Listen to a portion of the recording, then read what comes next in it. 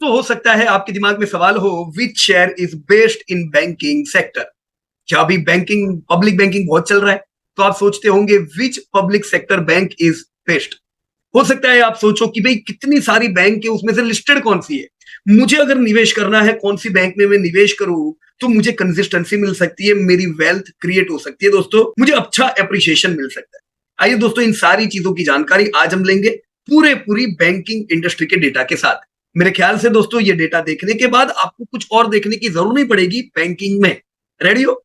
Channel subscribe नहीं किया है दोस्तों, चैनल को सब्सक्राइब कर दीजिए ताकि ये सारे बढ़िया डेटा आप लोगों को मिलते रहे। दोस्तों, this is the whole world of Indian banking industry. आज हम पूरी बैंकिंग इंडस्ट्री को जानेंगे, क्या एडवांसेस है और कुछ केपीआईज इन बैंक्स के कि कौन सी बैंक आपके लिए लॉन्ग टर्म के लिए एकदम बढ़िया है निवेश करने के लिए। राइट, सबसे पहले दोस्तों ये पहला डेटा हम लोग देख लेते हैं कि 2018 में शेड्यूल्ड कॉमर्शियल बैंक, मतलब टोटल सब बैंक्स मिलाओ, जिसमें पब्लिक सेक्टर बैंक आ गई, प्राइवेट सेक्टर बैंक आ गई, फॉरेन बैंक आ गई, स्मॉल फाइनेंस बैंक आ गई। यहाँ पे हमने खाली पेमेंट बैंक नहीं ली है। राइट, तो ये 4 प्रकार की बैंक को आप अगर क्लब करो तो 93 बैंक्स 2018 में होती थी।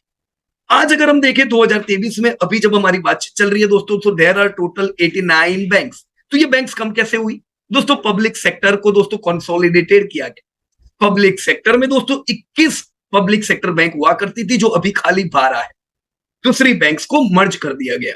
प्राइवेट सेक्टर में पहले भी 21 थी दोस्तों, अभी भी 21 है। फॉरेन बैंक्स 45 थी, अभी 44 है। और स्मॉल फाइनेंस बैंक बढ़ती जा रही है दोस्तों, ये 6 थी, अभी 12 है। राइट, तो कुल मिला के दोस्तों 93 की फिगर हमारी 89 पहुंची है। अब बैंक्स दोस्तों करती क्या है? बैंक्स का मूल काम है दोस्तों एडवांसेस देना, यानी कि आपको लोन देना। लोन पे उनको इंटरेस्ट मिलता है जो उनकी इनकम है। तो सबसे पहला काम क्या हुआ बैंक्स का? एडवांसेस। दोस्तों अगर हम टोटल एडवांसेस देखें तब बैंक्स का मिला के 2018 में 87.5 लाख करोड़ था दोस्तों, जो अभी 2023 में दोस्तों 143 लाख करोड़ है। यस दोस्तों, भारतीय एडवांसेस 150 लाख करोड़ की और दोस्तों पहुंच रहे हैं। 143 लाख करोड़ के हिसाब से हम ये मानेंगे कि पिछले 5 सालों में हमने 10% कगार से एडवांसेस को बढ़ते देखा। दोस्तों सीधी बात है, जब भी कोई बैंक्स देखो एडवांसेस देखो, क्योंकि यही वो एडवांसेस है जिससे इनको इनकम होगी। दोस्तों आप देख सकते हो 2018 में 57 लाख करोड़ के एडवांसेस तो खाली पब्लिक सेक्टर बैंक के थे, आज 83 लाख करोड़ हुए हैं। दोस्तों 27 लाख करोड़ का प्राइवेट सेक्टर का एडवांसेस डबल हो चुका है, 54 लाख करोड़। तो ये बताता है दोस्तों कि पब्लिक सेक्टर बैंक ने 7.8% का ग्रोथ किया, जबकि प्राइवेट बैंकिंग ने आउट परफॉर्म किया है 15% ग्रोथ के साथ। दोस्तों फॉरेन बैंक्स एडवांसेस में इतनी अग्रेसर नहीं है। दोस्तों आप देख सकते हो फॉरेन बैंक्स का एडवांसेस बड़ा कम है, 3.5 लाख करोड़, वो अभी भी 5 लाख के करीब है, 5 लाख करोड़ के करीब। तो यहाँ पे कुछ खास ग्रोथ नहीं है। तो जब हम बैंकिंग देखते हैं तो दोस्तों मेन रोल यहाँ पे प्ले करती है public sector bank, private sector bank और फॉरेन बैंक के अलावा दोस्तों पेनिट्रेशन को और बढ़ाने के लिए, रूरल में और पेनिट्रेट करने के लिए दोस्तों स्मॉल फाइनेंस बैंक को लाइसेंस दिए गए। कहीं पे दोस्तों स्मॉल फाइनेंस बैंक्स पहले एनबीएफसी हुआ करती थी, ज्यादातर या माइक्रो फाइनेंस की कंपनीज थी, इन्हीं को दोस्तों स्मॉल फाइनेंस बैंक्स में लाए। दोस्तों 6 स्मॉल फाइनेंस बैंक्स आई 2018 में, आज 12 हो चुकी है। तो इनकी संख्या बढ़ रही है दोस्तों। एडवांसेस खाली 35,000 करोड़ की थी इन 6 बैंक्स की, एडवांसेस बढ़ के अभी 1.7 लाख करोड़ हो चुकी है, यानी 36% का ग्रोथ एडवांसेस में हमने स्मॉल फाइनेंस बैंक का देखा। तो अगर मैं ये सोचता हूं कि मुझे भारतीय बैंक में पैसा डालना है, मुझे इंडियन बैंकिंग इंडस्ट्री का फायदा उठाना है, क्योंकि ये जो हमने 143 लाख करोड़ देखा, ये दोस्तों जीडीपी का आधे जितना है। जीडीपी हमारे करीबन 300 लाख करोड़ हम मान सकते हैं, 272 लाख करोड़ ईयर एंड पे थी पिछले साल। राइट, तो 272 के सामने 143 मतलब करीबन आधा है। तो ये तो और पेनिट्रेट होगा, हम कुछ ही समय में देखेंगे दोस्तों जो एडवांसेस है ये जीडीपी जितने हो जाएंगे। तो सीधी बात है, इन्हीं में से कुछ बैंकिंग सेगमेंट बड़े ग्रो करेंगे। तो ग्रोथ तो दोस्तों कहां पे उम्मीद कर सकते हैं? मैं पब्लिक सेक्टर बैंक में इसी प्रकार का 8% का ग्रोथ उम्मीद कर सकता हूं। दोस्तों प्राइवेट बैंकिंग 15% का ग्रोथ मुझे दे सकते हैं। तो मुझे ग्रोथ किधर ज्यादा मिलेगा? प्राइवेट बैंक में। मेरा एक बड़ा वेटेज प्राइवेट बैंक में होना चाहिए। पब्लिक सेक्टर बैंक में कुछ बैंक ऐसी है जो जबरदस्त पेनिट्रेटेड है, तो वो जो भी दूसरी अदर प्रोडक्ट लेके आते हैं जैसे लाइफ, जनरल, एएमसी, उसमें उनको धंधा जबरदस्त मिल जाता है क्योंकि उनके पास ह्यूज नंबर ऑफ क्लाइंट्स है। तो ये फायदा भी मिल सकता है अगर आप पब्लिक सेक्टर बैंक में भी कुछ पैसा डालो। तो एक बड़ा हिस्सा जाना चाहिए दोस्तों प्राइवेट बैंकिंग में। कुछ हिस्सा जाना चाहिए पब्लिक सेक्टर बैंकिंग में, और तीसरा एक हिस्सा स्मॉल फाइनेंस बैंक में भी डाल सकते हैं दोस्तों, ग्रोथ को ध्यान में रख के। देखो एक चीज क्लियर है, स्मॉल फाइनेंस बैंक जैसा ग्रोथ ना प्राइवेट करेगी ना पब्लिक करेगी, पर स्मॉल फाइनेंस बैंक की रीजनल होने की वजह से प्रॉफिट्स में बड़ी वॉलेटिलिटी रहती है, तो बहुत बड़ा पैसा नहीं डाल सकते, पर यस एक चंक इन्वेस्ट कर सकते हैं और ग्रोथ की उम्मीद कर सकते हैं, राइट। तो यहां पे अभी तक हमने देखा दोस्तों एडवांसेस की बातें की। दोस्तों एडवांसेस के बाद इनकम देखो, अब ये जो है ये प्योर बैंकिंग इनकम है। यहाँ पे कॉन्सोलिडेटेड इनकम यानी जो लाइफ जनरल अदर बिजनेस से आती है वो इनकम हमने नहीं ली, वो इनकम का फायदा बैंक को मिलता है। पर हम बैंकिंग की बात कर रहे हैं दोस्तों, तो यहाँ पे हमने stand alone income of your banking industry ली है। तो पब्लिक सेक्टर बैंकिंग करीबन 10 लाख करोड़ की इनकम पे है, 9.7 लाख करोड़। दोस्तों private sector bank 6.9 lakh crore की इनकम ले पाते हैं, फॉरेन बैंक लाख करोड़ और आपकी स्मॉल फाइनेंस बैंक 33,000 करोड़। दोस्तों कुल मिला के 18 लाख करोड़ की इनकम आपकी सारी बैंक मिलके जनरेट करती है। तो बिल्कुल क्लियर रखे दोस्तों कि ये 18 लाख करोड़ की इनकम क्यों आई, क्योंकि इन्हीं बैंक्स ने 143 लाख करोड़ की लोन दी हुई। एडवांसेस है तो इनकम है दोस्तों, इनकम है तो प्रॉफिट है। तो प्रॉफिटेबिलिटी में आप देखोगे दोस्तों पीएसयू बैंक मिलके लाख करोड़ का प्रॉफिट करती है, प्राइवेट बैंकिंग दोस्तों प्रॉफिट ज्यादा करती है। आपने देखा एडवांसेस इनके कम, ये लेट बाजार में आए, है ना। पहले तो खाली गवर्नमेंट को धंधा करना था। 1991 के बाद दोस्तों जब लिबरलाइजेशन प्राइवेटाइजेशन का जन्म हुआ, उस समय फिर दोस्तों बैंकिंग लाइसेंस इशू करने शुरू किए, चलो प्राइवेट भी बैंक्स बन पाएंगे। तो ये आए लेट पर फिर भी पकड़ जमा रहे अपनी एडवांसेस में। इनकम में गैप अभी भी है, राइट, क्योंकि एडवांसेस गवर्नमेंट के ज्यादा है पर प्रॉफिट दोस्तों प्राइवेट बैंक ज्यादा करते हैं। इसलिए मैंने कहा एक बड़ा चंक दोस्तों प्राइवेट बैंकिंग में डालना चाहिए, राइट। एक 1.2 लाख करोड़ का प्रॉफिट प्राइवेट का, 1 लाख करोड़ का प्रॉफिट पब्लिक का। प्राइवेट बैंक 18% के मार्जिन ले जा पाती है, जबकि गवर्नमेंट बैंक 11% मार्जिन ले जा पाती है। स्मॉल फाइनेंस बैंक 4,000 करोड़ के प्रॉफिट दोस्तों कर पाती है। तो ये जान के बड़ी खुशी होती है दोस्तों, मैंने इसी प्रकार से एक समय बैंकिंग का डेटा बनाया था जब पूरी पब्लिक सेक्टर तो सब लॉस कर रही थी, तो ये टोटल बैंकिंग का प्रॉफिट भी दोस्तों नील हो गया। पूरी बैंकिंग इंडस्ट्री ने प्रॉफिट ही नहीं किया था वो समय, लेकिन अभी का समय दोस्तों ऐसा नहीं है। आप देख सकते हो आपके सारे सेगमेंट प्रॉफिट कर रहे हैं दोस्तों। 143 लाख करोड़ के एडवांसेस में से 18 लाख करोड़ की इनकम हुई, और ये 18 में से 2.5 लाख करोड़ के प्रॉफिट हमारे सब बैंक्स ने मिलके किए हैं। That's great. हम कह सकते हैं कुल मिला के फॉरेन बैंक को मैं न गिनूं क्योंकि ये प्रॉपर रिटेल बैंकिंग में नहीं है दोस्तों, राइट। मैं खाली पब्लिक प्राइवेट और स्मॉल फाइनेंस को गिनूं तो हम कह सकते हैं 11 से 18% के दोस्तों मार्जिन हमारे भारतीय बैंक के रहते हैं। ये थी बैंकिंग की बात। दोस्तों एनपीए बड़ा इंपॉर्टेंट रोल प्ले करता है।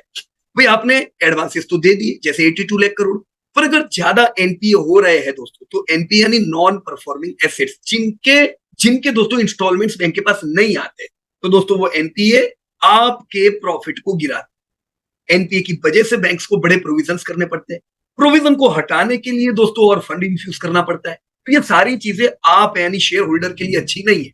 हमारे लिए क्या है, जितनी कम एनपीए होगी उतने हम ज्यादा हमें पैसे मिलेंगे एज ए शेयर होल्डर। 2018 आप देख सकते हो दोस्तों गवर्नमेंट बैंकिंग 8.4% का NPA, private 1.9, small finance bank 1.2। तो यहाँ पे बड़ा ह्यूज डिफरेंस आपको दिख रहा है गवर्नमेंट बैंकिंग और प्राइवेट बैंकिंग के एनपीए में, बराबर। प्राइवेट बैंकिंग के एनपीए बड़े कंफर्टेबल रहते हैं दोस्तों, तो इसीलिए अगेन मैं आ रहा हूं, प्राइवेट बैंकिंग में हमें स्टेक थोड़ा ज्यादा डालना चाहिए। 2020 में आप देखो, आप बोलोगे वाओ, टोटल एनपीए 5.5 से 2.4 हो गए, राइट। तो सबके एनपीए डिक्रीज हुए, पब्लिक सेक्टर के 8.4 से 5.1 हो गए, प्राइवेट सेक्टर वैसे भी कम थे 1.9 ही रहे, स्मॉल फाइनेंस बैंक 1.2 के 1.2।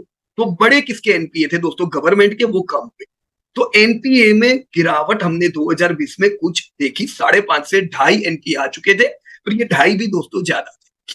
लेटेस्ट एनपीए अगर हम देखें तो आपकी गवर्नमेंट बैंक वापस से 1.7% के एनपीए पे आ चुकी है।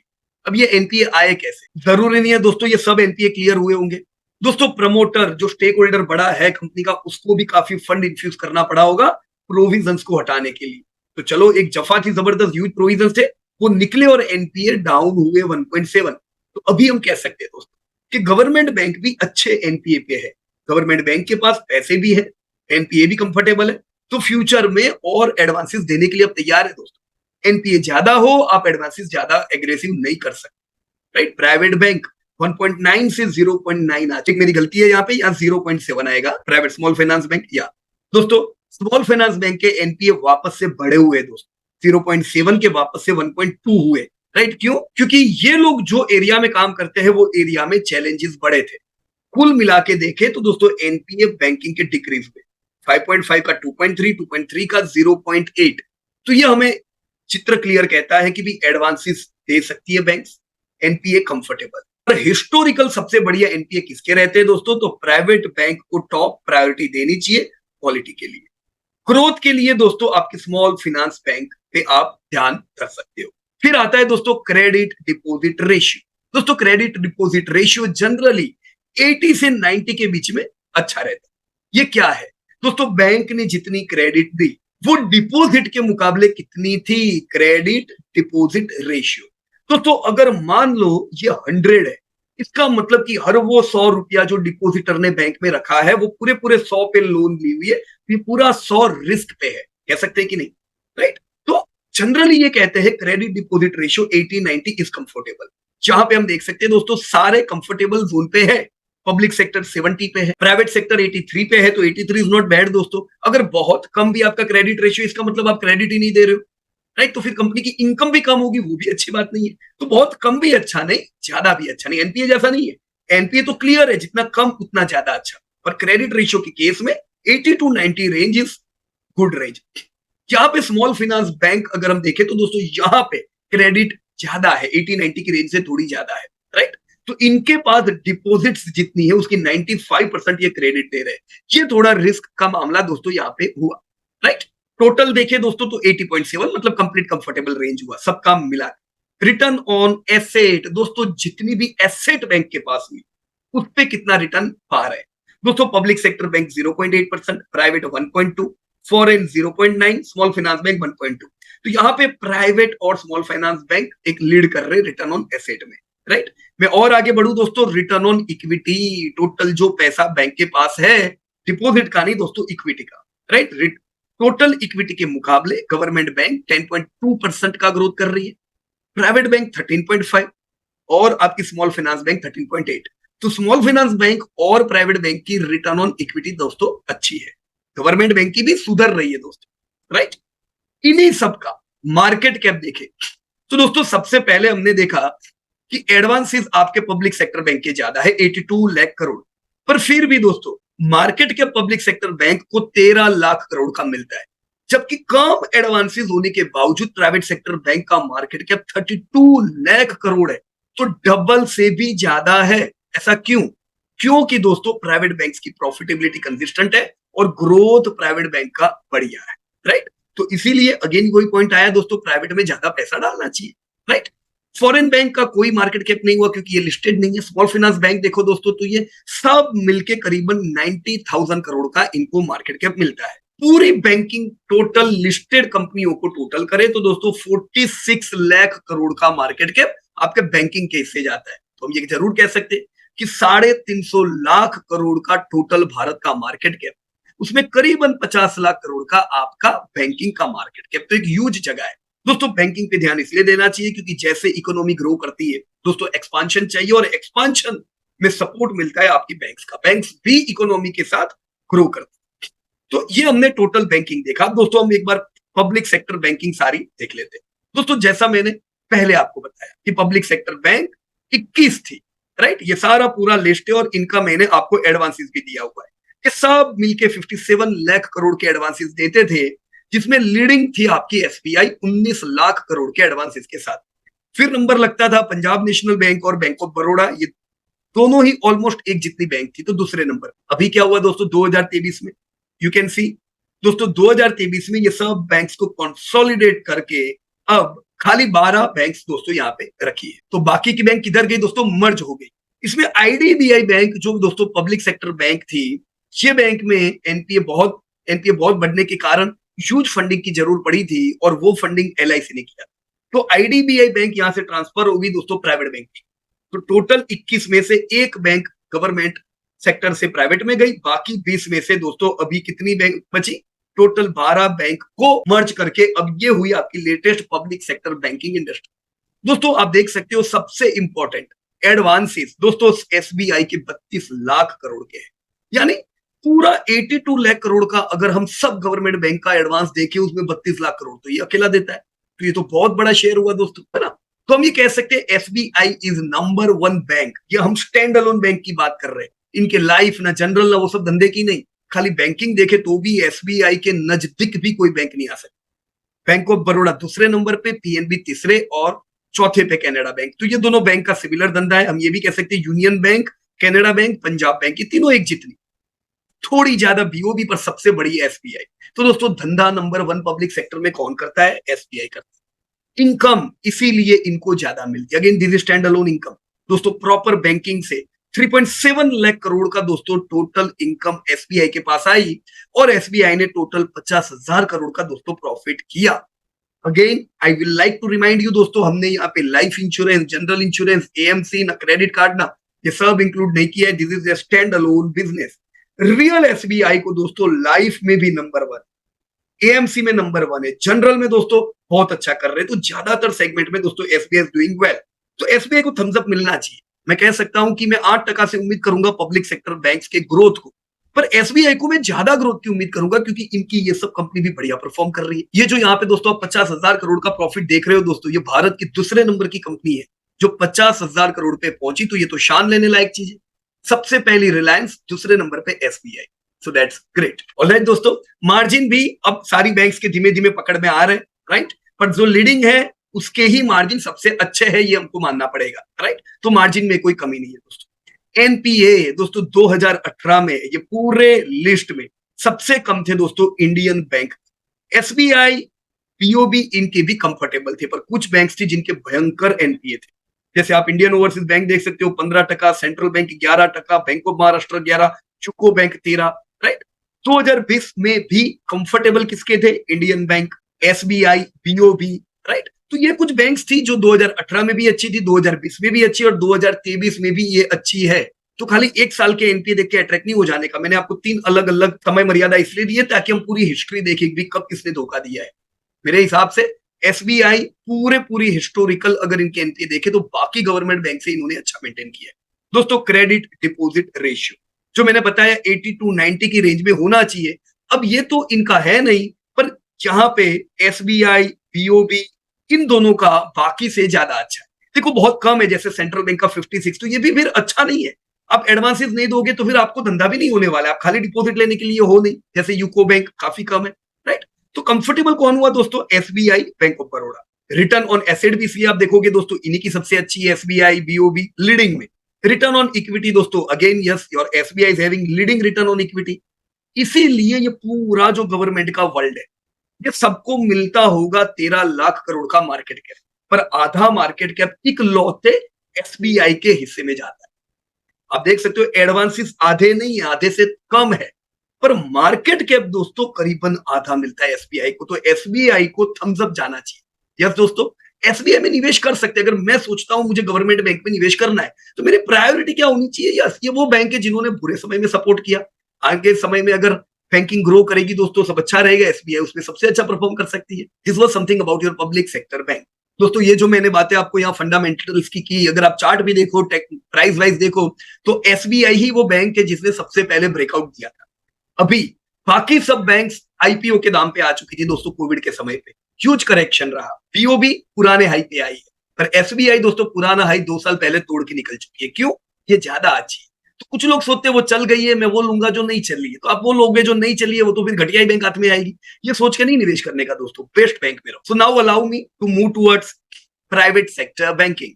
दोस्तों ये पूरा प्राइवेट सेक्टर बैंकिंग का वर्ल्ड 2018 में दोस्तों ये 26 लाख करोड़ का एडवांसेस 53 लाख करोड़ हुआ, यानी डबल हुआ। तो डबल में दोस्तों बड़ा कंट्रीब्यूशन किसका है? आप देख सकते हो 53 में से 16 लाख करोड़ का दोस्तों एडवांसेस एचडीएफसी बैंक के अकेले के पास है। तो नंबर 1 बहुत दूर जाके बैठा है, दूसरी कोई बैंक इसके करीब नहीं। आईसीआईसी बैंक से 60% ज्यादा। तो दूसरे नंबर पे आईसीआईसी बैंक के 10 लाख करोड़, तीसरे पे एक्सिस, राइट। तो ये 3 बैंक्स हुई, इनको हम लीडिंग बैंक्स बोल सकते हैं प्राइवेट। और सबसे बड़ा खिलाड़ी नंबर 1 कौन है दोस्तों? HDFC bank. दोस्तों आप बोलो भी वो सबसे बड़ा है, पर क्या बड़ी कंपनियां ग्रोथ नहीं करती? नहीं किया है ग्रोथ दोस्तों। इनफैक्ट सब बैंक्स का अगर मैं देखूं दोस्तों, तो सबसे ज्यादा ग्रोथ तो फिर आपका लीडिंग बैंक्स में एचडीएफसी बैंक नहीं किया है दोस्तों, बराबर की नहीं? तो ऐसा नहीं होता है दोस्तों कि भाई जो बड़ा है वो ग्रोथ नहीं करता है। 19.4 means it's a good growth, right? यहाँ पे आप आईडीएफसी और बंधन का ग्रोथ ज्यादा इसलिए देख रहे हो क्योंकि इनकी शुरुआत जीरो से हुई। ये नई बैंक है, नई शुरुआत थी, तो यहाँ पे ग्रोथ अच्छा दिख रहा है, राइट? इनकम देखे दोस्तों, इस पूरी प्राइवेट बैंक मिलके 7 लाख करोड़ की इनकम लेती है। Let me remind you friends again, जैसा मैंने आपको एसबीआई के समय बताया था कि एसबीआई की रियल इनकम ज्यादा है, रियल प्रॉफिट ज्यादा है, कंसोलिडेटेड। पर हमने क्या कंसीडर किया था? खाली बैंक, स्टैंड अलोन खाली कंसीडर किया था। सेम थिंग फ्रेंड्स, यहां पे हमने स्टैंड अलोन बैंकिंग ही कंसीडर किया है, राइट? तो स्टैंड अलोन बैंकिंग में एचडीएफसी बैंक की इनकम करीबन 2 लाख करोड़ की होती है, ICICI 1.3, Axis 1, considering their advances. देखो भाई, जितना ज्यादा एडवांसेस उसकी इनकम ज्यादा। तो लीडर कौन हुआ? HDFC bank. दूसरी लीडिंग कंपनी ये थी हुई। प्रॉफिट कौन कितना करता है दोस्तों? HDFC bank 44,000 crore profit, ICICI 32 और एक्सिस बैंक 10 करोड़ के प्रॉफिट। प्रॉफिटेबिलिटी जब आप देखते हो तो आपकी लीडिंग जो बैंक है उसमें एक्सिस के प्रॉफिट काफी नीचे आ जाते हैं। तो यहां पे लीड करती है दोस्तों कोटक। कोटक हम कह सकते हैं छोटी बैंक है, पर दोस्तों क्वालिटी बैंक है, similar to HDFC and ICICI bank. तो एक्सिस से ज्यादा प्रायोरिटी कोटक को देनी चाहिए कंसिडरिंग देयर क्वालिटी। दोस्तों कम एडवांसेस पे भी ये ज्यादा प्रॉफिट करती है। दूसरी एक बात दोस्तों, जब आप शेयर बाजार में निवेश करते हो, आप कंपनी में पैसा डालते हो, आप स्टैंड अलोन बैंक में नहीं डालते हो। तो आईसीआईसी बैंक का जब आप शेयर लेते हो, उसमें ICICI home finance, ICICI life, general, AMC, everything सब कुछ आ गया, तो आपको उसकी भी इफेक्ट आती है। कंसोलिडेटेड सेल्स और प्रॉफिट बढ़ जाता है, राइट? तो खुद के जिनके बिजनेसेस हो उनकी ज्यादा प्रायोरिटी, एक्सिस में ऐसा नहीं, राइट? कोटक बैंक में भी दोस्तों बढ़िया फ्रेंचाइजीज इन्होंने डेवलप की है, सिमिलर टू आईसीआईसीआई, राइट? पर सबसे अच्छी अगर इसमें किसी की फ्रेंचाइजीज हो तो वो है एचडीएफसी बैंक, जो ज्यादातर चीजों में दोस्तों एसबीआई के बाद है, यानी नंबर 1 या नंबर 2 है। लाइफ में नंबर 1 कौन? एसबीआई। तो नंबर 2 कौन? एचडीएफसी। एमसी में कौन? एचडीएफसी। जनरल में आईसीआईसी आगे है, राइट? ज्यादातर चीजों में दोस्तों एचडीएफसी लीड करती है, पर एचडीएफसी बैंक का जो शेयर है वो स्टैंड अलोन एचडीएफसी बैंक, जबकि आईसीआईसी बैंक का जो शेयर है वो कंसोलिडेटेड है। पर अब जब एचडीएफसी बैंक में एचडीएफसी मर्ज हो गई है, तो अब एचडीएफसी बैंक के जो रिजल्ट आएंगे, आपको इनकम और प्रॉफिट में ह्यूज जंप दिखेगा। ये इनकम 2 लाख करोड़ नहीं रहेगी दोस्तों, ये छप्पड़ फाड़ के बढ़ने वाली है। प्रॉफिट आपके 50,000 करोड़ पार हो जाने वाले। क्यों? कंसोलिडेशन की वजह से। इसीलिए आप देख सकते हो दोस्तों, मार्केट कैप भी एचडीएफसी बैंक को आईसीआईसी से डबल मिल, लीडर है, कंसिस्टेंसी है, और कंसोलिडेटेड भी दोस्तों सबसे बड़ा टर्नओवर है, राइट? तो हमने मार्जिन देखे दोस्तों, आपकी सारी बैंक्स प्रॉफिट करें, कितनी खुशी की बात है दोस्तों। हमने अभी पब्लिक सेक्टर बैंक देखी जो ज्यादातर लॉस करती थी दोस्तों 2 साल पहले, राइट? वो भी सब प्रॉफिट कर रही है, प्राइवेट प्रॉफिट कर रही है। तो बैंकिंग का समय बुरा थोड़ी ना, ये तो बहुत ही इनका गोल्डन युग आया है, राइट? अब एनपीए देखे दोस्तों, 2018 में सबसे कंफर्टेबल एनपीए लेके कौन आया था?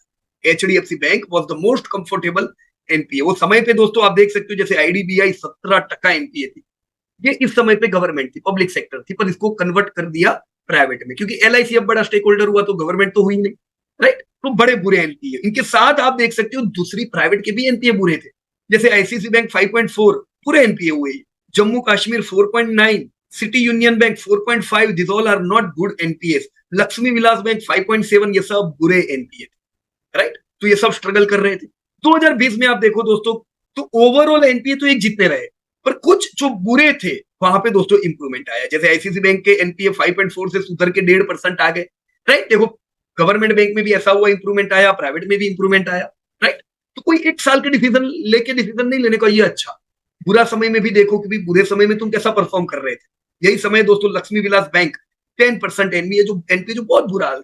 इसीलिए तो अब दोस्तों लक्ष्मी विलास बैंक नहीं रही प्राइवेट बैंक में। प्राइवेट बैंक की फिगर उतनी की उतनी है, पर वो क्यों? आईडीबीआई बैंक ऐड हुई, तो लक्ष्मी विलास निकल भी तो गई, बराबर कि नहीं?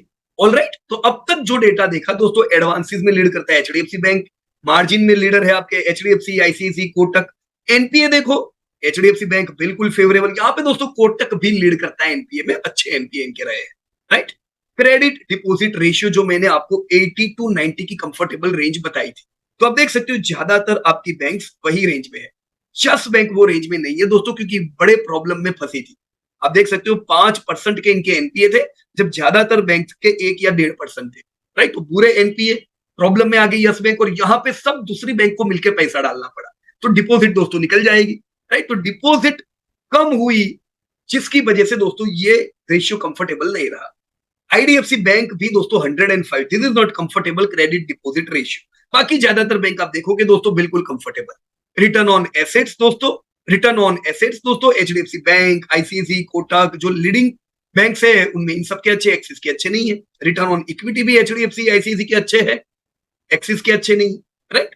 तो ये सबको टोटल करे तो आपको अगर ऐसा लगता है कि भी मैंने यहाँ पे क्यों लक्ष्मी विलास के एनपीए नहीं दिए, तो समझ जाओ ये बैंक पहले थी अभी नहीं है इसलिए इनके एनपीए नहीं दिए। दूसरा दूसरा दोस्तों मार्केट कैप तो हाई क्लियर है कि लीड करता है एचडीएफसी बैंक। तो यस दोस्तों अगर मैं प्राइवेट बैंकिंग देखता हूं, मुझे ज्यादा पैसा डालना चाहिए, कंसिस्टेंसी है, तो मैं किधर डाल सकता हूँ? एचडीएफसी बैंक दोस्तों मेरे लिए प्रायोरिटी हो सकती है। बाकी फिर मैं एकदम नीचे आऊंगा, यही गड़बड़ी रहेगी, एनपीए प्रॉपर नहीं रहेंगे दोस्तों, मजा नहीं आएगी। आप देख सकते हो क्वालिटी भी लीडर के पास ही, राइट। तो एक हमको मिली गवर्नमेंट में एसबीआई, प्राइवेट में दोस्तों हमने देखी एचडीएफसी बैंक। अब मैं यहाँ पे फॉरेन बैंक्स पे बात नहीं कर रहा हूं क्योंकि क्या यहाँ पे बात करेंगे दोस्तों, लिस्टेड तो है नहीं, आप पैसा डाल नहीं सकते। तो मैं सीधा यहाँ पे आ जाता हूँ स्मॉल फाइनेंस बैंक। दोस्तों हमने पहले ही बताया स्मॉल फाइनेंस बैंक के जैसा ग्रोथ आपको नहीं मिले। तीनों सेगमेंट में सबसे तेजी से तो स्मॉल फाइनेंस बैंक को ग्रोथ करना है। तो स्मॉल फाइनेंस बैंक दोस्तों 6 थी, अब 6 की 12 हो गई। तो धीमे धीमे स्मॉल फाइनेंस बैंक बढ़ती जा रही है। मैं लिस्टेड की बात नहीं कर रहा हूं, लिस्टेड तो अभी भी कम है, पर टोटल स्मॉल फाइनेंस बैंक दोस्तों, स्मॉल फाइनेंस बैंक में सबसे बड़ा advances AU small finance bank का है दोस्तों। 2018 में पूरा ग्रुप मिलकर अगर 35,000 करोड़ के एडवांसेस रखता था, इसमें 13,000 करोड़ के एडवांसेस एयू के थे। अभी ये बढ़ के अगर 1.64 लाख करोड़ के एडवांसेस हुए तो लीडर है दोस्तों अभी भी AU small finance bank. Second leadership पे आता है इक्विटास और उज्जीवन, राइट। तो सबसे बड़ा खिलाड़ी कौन दोस्तों, याद रखे एयू। सेकंड लीडरशिप पे कौन, Equitas and Ujjivan, got it. दोस्तों इनकम देखे तो ऑब्वियस है दोस्तों, जिसके एडवांसेस ज्यादा उसी की इनकम ज्यादा। एयू की इनकम 9,000 करोड़, इक्विटास और उज्जीवन सेकंड लीडरशिप थी तो इनकी भी इनकम करीबन 4,000 करोड़ है। प्रॉफिटेबिलिटी आप देखो तो अगेन यहाँ पे भी दोस्तों आपकी एक बैंक को छोड़ के सब बैंक प्रॉफिट्स कर रही है, नॉर्थ ईस्ट के अलावा all banks are making profits. पर सबसे बढ़िया प्रॉफिट आपका उज्जीवन का और एयू का है।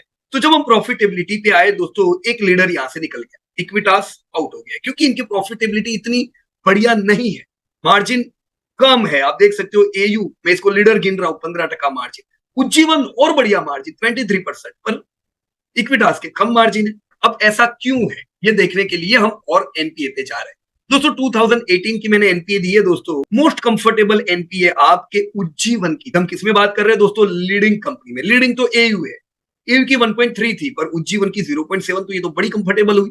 2020 में और कम हुई। हाँ मैं बताना भूल गया, इक्विटास की भी ज्यादा है दोस्तों। इनफैक्ट पूरे लिस्ट में सबसे ज्यादा मैं कहूंगा इक्विटास और सूर्योदय की थी। तो गलती से भी सूर्योदय जैसी में निवेश नहीं करने का दोस्तों, जो पूरे समय में हाई एनपीए लेके बैठे हो। अभी मैंने सुना बहुत से लोगों को कि मैं तो सूर्योदय में पैसे डाल रहा हूं। देखो ये सूर्योदय कमा के नहीं दे रही है, बाजार कमा के दे रहा है। बाजार चल रहा है, ये सब दौड़ेंगे, पर बुरा समय भी तो ध्यान में रखो कि भी बुरे समय में मैनेजमेंट कैसा है। ऐसी एनपीए कल बढ़ेगी यार, क्या हाल होगा, तुम्हारे शेयर आधे के आधे हो जाते। फिर एनपीए 2020 आप देखो दोस्तों, मोस्ट कंफर्टेबल अगेन उज्जीवन। तो उज्जीवन दोस्तों बढ़िया मैनेज कर रहा है। तो लीडरशिप एयू के पास, एयू का भी एनपीए ज्यादा नहीं है पर उज्जीवन का बहुत अच्छा है दोस्तों। 2023 सिमिलर फीचर, उज्जीवन सबसे बढ़िया, एयू का भी अच्छा, पर इक्विटास जो लीडरशिप पे उनके एनपीए तो हमें से ज्यादा रहे। सेम सूर्योदय हमेशा एनपीए ज्यादा। तो ऐसो से दोस्तों दूर रहने। फिनकेयर का भी जो अभी आईपीओ आया आप देख सकते हो दोस्तों, बड़े एनपीए है, मत रहो ऐसी कंपनियों के साथ दोस्तों। मुझे एकदम क्लियर लीडरशिप मिली, एयू में मैं पैसा डाल सकता हूं, उज्जीवन में भी डाल सकता हूं। एयू का नेगेटिव पॉइंट क्या है, क्वालिटी वाइज उज्जीवन ज्यादा अच्छा। उज्जीवन का नेगेटिव पॉइंट क्या है, लीडरशिप जो एयू ने मेंटेन की है, जो एक्सपांशन उसने किया होगा वो उज्जीवन नहीं कर पाया है। तो दोनों के पॉजिटिव नेगेटिव ध्यान में रखे दोस्तों, कुछ आधा % जैसा हम एलोकेट कर सकते हैं स्मॉल फाइनेंस बैंक। दोस्तों क्रेडिट डिपॉजिट रेशियो आप देखो 100 ज्यादा है दोस्तों, 80-90 कंफर्टेबल है।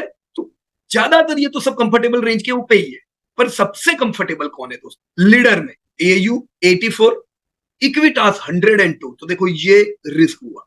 सेम उज्जीवन जिसके बाकी पैरामीटर भी अच्छे दोस्तों, ये पैरामीटर भी अच्छे, राइट। सूर्योदय 116 नहीं बराबर है। तो यही दोस्तों जो मैंने आपको पहले बताया, AU and Ujjivan could be focus considering this all parameter. आखिरी 2 पैरामीटर भी देख लो दोस्तों, प्रॉफिटेबिलिटी के, return on asset, return on equity. Again दोस्तों इसमें भी बाजी कौन ले जा रहा है दोस्तों, उज्जीवन टॉप, और आपकी जो एयू है उनके भी अच्छे है, ये हम मानेंगे। पर इक्विटास लीडरशिप है लेकिन क्वालिटी वाइज इतनी मजा नहीं आ रही। राइट। अब ये मार्केट कैप देख के पता चलता है कि लिस्टेड कंपनियां कौन सी है, जहां पे कुछ नहीं लिखा वो सब लिस्टेड नहीं, राइट। तो capital small finance is not listed, right. सबसे बड़ा मार्केट कैप किसको मिल रहा है दोस्तों? एयू को मिल रहा है। Why? Because they are leader दोस्तों। ह्यूज डिफरेंस है एयू में और बाकी सब कंपनी। सेकंड लीडरशिप दोस्तों मिलनी चाहिए थी इक्विटास को। इक्विटास से उज्जीवन का एडवांसेस कम है, धंधे कम है, पर फिर भी दोनों का मार्केट कैप ऑलमोस्ट सिमिलर है। क्यों? क्योंकि उज्जीवन की क्वालिटी ज्यादा अच्छी, राइट। तो मैं क्या सिलेक्ट करूं दोस्तों? यहाँ पे एयू कर सकता हूं, नेगेटिव पॉइंट भी ध्यान में रखो, उज्जीवन भी कर सकता हूं, उसके भी नेगेटिव पॉइंट ध्यान में रखो, right. So this was friends the total world of your banking. We saw public sector bank, we saw private sector bank, we saw small finance bank, and yes in coming times, ये पूरे दशक में दोस्तों ये जो total advances आपने देखे ना, ये 150 लाख करोड़ तो इसी साल होने वाला है, पहला लैंडमार्क। पर दोस्तों ये 300 लाख करोड़ दोस्तों पार कर जाए। आपके बैंक्स यहां से बड़े बने 2-2 लाख करोड़ के प्रॉफिट करने वाले यही लिस्ट में से दोस्तों 4 बैंक इसी दशक में हो। पैसा रखना है दोस्तों बैंकिंग में, जल्दबाजी करके इधर उधर भाग नहीं जाना है, right. So this whole recording was created with the view for information. दोस्तों मैंने कुछ डेटा एनालिसिस आप लोगों के साथ शेयर किया। ये वीडियो को टिप या रिकमेंडेशन ना समझिएगा दोस्तों, भले मैंने कुछ भी बताया, डिसीजन आप अपना लो। तो मुझे उम्मीद है जो चीजें मैंने आप लोगों के साथ शेयर की, मैं आइडिया शेयर करने में सफल रहा हूं। पसंद आया हो लाइक कीजिएगा, कमेंट बॉक्स में जरूर लिखिएगा आप कौन सी बैंक लेने वाले हो। Thank you so much. जय हिंद to everybody. Disclosure: This update is for educating purpose. We are not tip provider.